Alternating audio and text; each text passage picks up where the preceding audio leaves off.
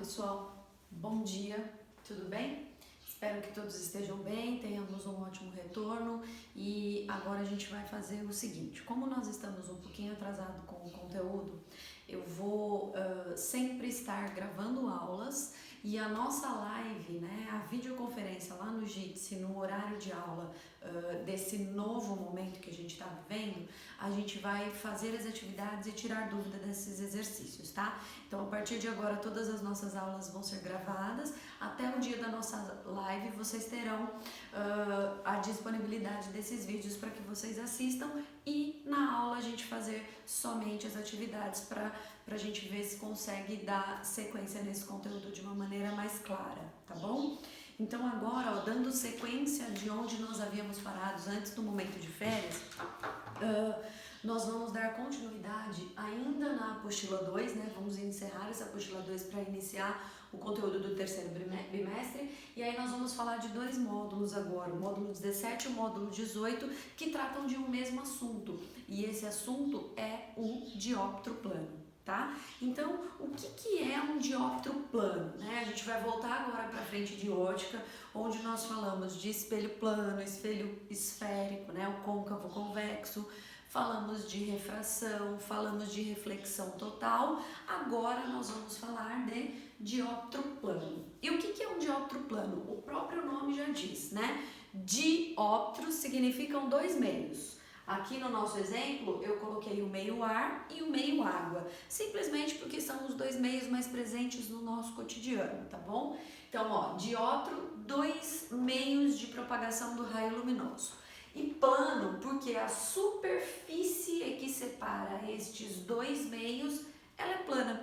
Então, o próprio nome diz, tá? O que é um dióptro plano? São dois meios ópticos de propagação do raio luminoso e a separação entre esses dois meios, ela é plana. Então, o que a gente vai analisar aqui no dióptro plano? Suponha que nós temos aqui uma moeda, um objeto, qualquer objeto no fundo de uma piscina, por exemplo, tá? Então, eu coloquei aqui esse vermelhinho, vou até escrever, vai ser o nosso objeto, que na física, ou melhor, eu vou colocar as legendas em outro lugar, porque senão o desenho vai ficar muito conturbado, né? Então, ó, o vermelhinho aqui é o nosso objeto, que na física a gente representa o objeto pela letra O. Lembram lá da frente de ótica, perfeito? Então, o que está acontecendo aqui, ó? Lembrando, na refração, nós temos raio incidente, que é de onde parte o raio luminoso, raio refratado, que é para onde vai o raio luminoso. Além disso, nós temos ângulo de incidência e ângulo de refração. Esse ângulo, gente, lembra que é o ângulo formado pelo raio e a reta normal. O que era a reta normal mesmo? A reta perpendicular à superfície de separação. Então, aqui, ó, nós vamos ter um ângulo que a gente vai chamar de incidente. E aqui nós teremos um ângulo que a gente vai chamar de, isso é um R, tá? Refração. Ângulo de refração ou ângulo refratado. Enfim, tá bom? E aí, ó, acompanhem comigo lá na página 162, por favor, eu não havia colocado para vocês a página. Acompanhem comigo, por favor, para eu estar explicando para vocês todo esse conceito aqui. Então, o que acontece, né? Supondo que a gente vá observar esse objeto vindo do fundo da piscina, nesse caso. Como que a gente vai observar? Todo mundo já deve ter vivenciado essa experiência, né? Às vezes você sentado na piscina com o seu corpo para fora, mas a perna dentro da piscina, você observa que tua perna parece quebrada. Quando você coloca um copo d'água e um lápis, você olha, o lápis parece meio quebrado. Por que isso? Porque o nosso cérebro, ele interpreta que esse raio luminoso aqui, ó, ele caminha em linha reta. Então, é como se ele continuasse caminhando em linha reta e não desvia. Por isso, nós temos a sensação de que este objeto, ele na verdade, está mais para cima, né? A sensação do quebrado. Isso aqui, ó, eu vou chamar de I, que é a imagem, né? Lembrando que aqui o objeto e a imagem em um dióptro plano, eles sempre vão estar do mesmo lado da superfície. Então, ó, o objeto está abaixo da água, então a imagem também estará abaixo da água. Por exemplo, antigamente os índios usavam arco e flecha para pescar, né? E aí o índio tá olhando ali para dentro da água, onde o peixe está passeando ali, né? Tá nadando.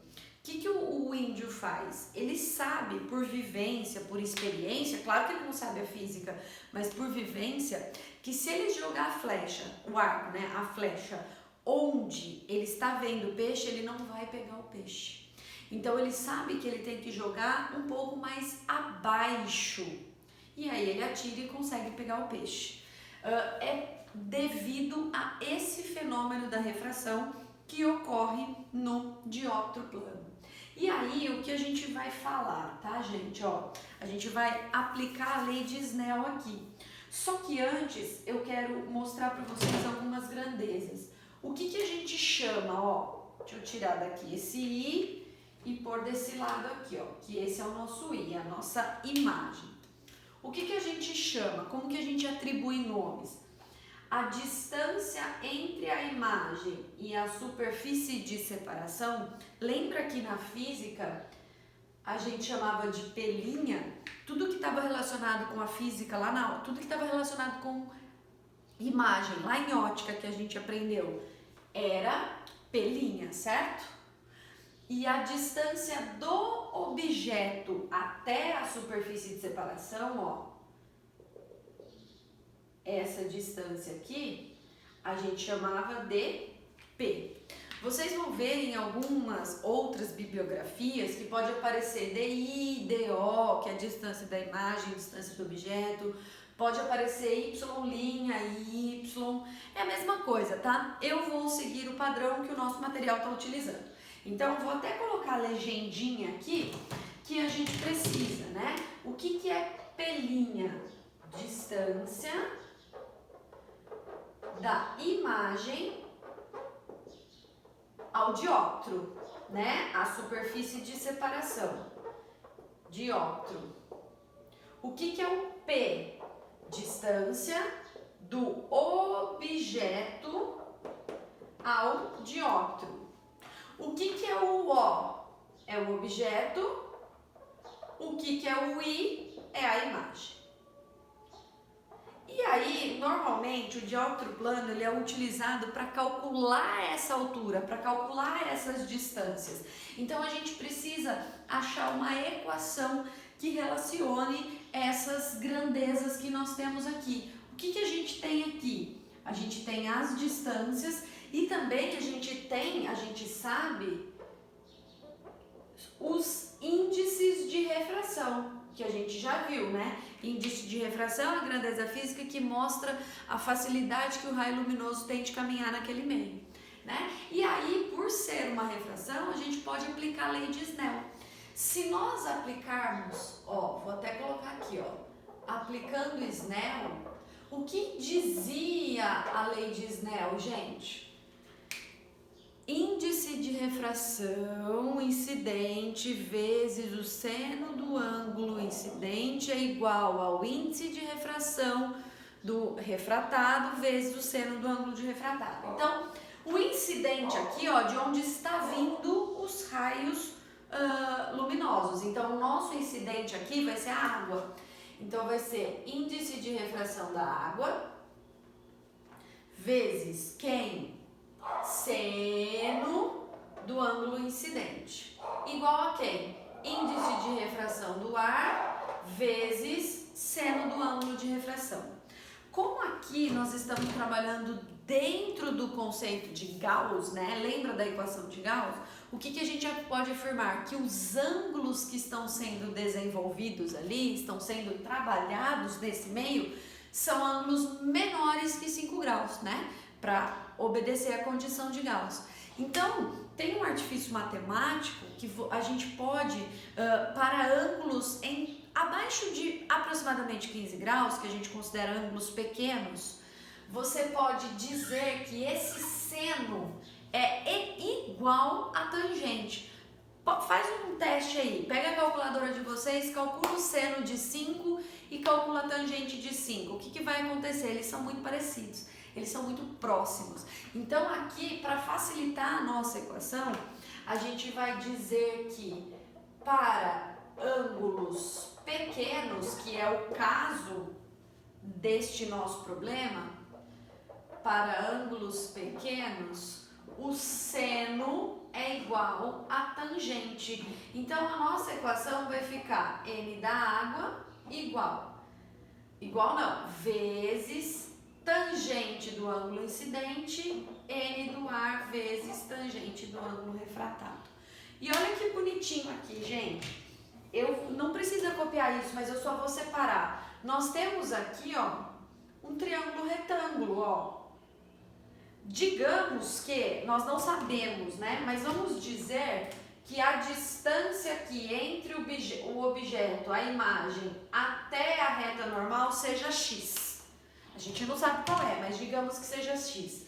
Então, nós vamos ter aqui, ó, vou pegar primeiro, vamos analisar a tangente do ângulo incidente. Então, eu tenho que usar esse retângulo aqui, ó. Vou fazer aqui só para vocês enxergarem. Ó, 90 graus, aqui está o nosso ângulo incidente. Quem é o cateto oposto? É o x, né? Que é a distância. Quem é o cateto adjacente aqui, ó? Do objeto até a superfície de separação, a gente chamou de P. E como que a gente calcula a tangente? Cateto oposto sobre cateto adjacente. Então vai ficar aqui, ó, o incidente é da onde está vindo, tá? Pra gente identificar na fórmula, eu vou colocar o N da água de onde vem, de onde sai o raio luminoso. Tangente, ó, cateto oposto sobre agora o adjacente. Igual, o N do ar é para onde está indo, então eu vou colocar N que passa. A mesma coisa aqui, ó, para calcular essa tangente. Ó, o ângulo incidente está aqui, ó. Eu vou pegar esse triângulozinho aqui agora, ó. Onde está o meu ângulo refratado? Aqui, ó, certo? Por quê? Ó, ângulo refratado. Reta refratada e reta normal, desculpa, nos dá o ângulo refratado. Então, esse é o nosso ângulo refratado. Qual triângulo que eu vou usar? Esse aqui, ó. Onde você vai ter aqui, ó, o P', o ângulo refratado e o X. Então, quem vai ser essa tangente? Vai ser, vamos lá, o cateto oposto, que é o nosso X, dividido pelo cateto adjacente. Olha aqui que legal. Eu corto o X e vai ficar N que vem sobre P igual a N que passa sobre P'. Só para ficar mais fácil, eu vou jogar esse P' para lá e o N que vem para cá. E aqui está a nossa equação de dióptro plano. O que é isso, gente? Índice de refração, para onde está indo o nosso raio luminoso, dividido pelo índice de refração de onde vem o nosso raio luminoso, é igual a quem? Distância da imagem até o dióptro dividido pela distância do objeto até o dióptro. Perfeito? Então, essa equaçãozinha aqui, ó, essa equaçãozinha aqui é a equação de dióptro plano, que é a equação que nós vamos utilizar para resolver os problemas que envolvem distância em uma refração, tá? Então, o que a gente tem? Aqui nós vamos ter alguns problemas, vão aparecer alguns problemas que vão relacionar o índice de refração com a distância da imagem do objeto. Isso aí a gente usa a equação do dióptro plano, que nada mais é do que a lei de Snell que a gente aprendeu em refração. É claro que aqui eu fiz toda a demonstração da fórmula. Vocês vão precisar saber? Claro que não. O que vocês precisam saber é a fórmula e a interpretação, o que é cada grandeza. Então, esse x não vai aparecer pra gente. O que nós vamos ter que saber? Qual é a distância da imagem à superfície de separação? Qual é a distância do objeto à superfície de separação? E precisamos saber também os índices de refração. Só isso, nenhuma outra grandeza precisa ser fornecida, tá bom? E aí, com isso, a gente já pode estar fazendo as atividades desses dois módulos, tá bom, pessoal? Então, agora eu quero que vocês estudem, vejam esse vídeo bonitinho, façam as atividades referentes a esses módulos e na nossa aula, que vai ser ao vivo a partir da semana que vem, nós vamos resolver algumas atividades e tirar dúvida desses conteúdos.